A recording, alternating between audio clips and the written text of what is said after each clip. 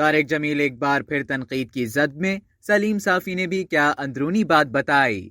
مذہبی scholar Maulana Tariq Jameel chairman P T I Imran Khan سے ملاقات کے بعد سے شدید تنقید کی زد میں ہیں۔ طارق جمیل نے عمران خان سے ملاقات کی تھی اور اپنے سوشل میڈیا اکاؤنٹ پر اس ملاقات کی تصویر بھی جاری کی۔ مولانا طارق جمیل کا کہنا تھا کہ عمران خان کی دعوت پر ملنے آیا ہوں۔ اللہ کہتا ہے کہ اپنے رب کی بارگاہ میں توبہ کرو۔ سیاستدانوں کو پیغام ہے کہ ملک کو کبڈی کا میدان نہ بنائیں، ملک کو کھلواڑ نہ بنائیں، ملک کی بھلائی کا سوچیں۔ اس پوسٹ پر تبصرہ کرتے ہوئے لوگوں نے انہیں تنقید کا نشانہ بنایا۔ اینکر پرسن سلیم صافی نے مولانا طارق جمیل پر تنقید کی۔ سلیم صافی نے کہا کہ گولڈ اسمتھ کے لانچ کردہ عمران خان کا اسلامی ٹچ اور تبلیغی جماعت کے نام سے شہرت پانے والے مولانا طارق جمیل کا بازاری ٹچ۔ اب تک کے لیے اتنا ہی۔ مزید خبروں اور نیوز اپڈیٹس کے لیے ڈیلی جنگ کے یوٹیوب چینل کو سبسکرائب کریں اور فیس بک کے پیج کو لائک کرنا نہ بھولیں۔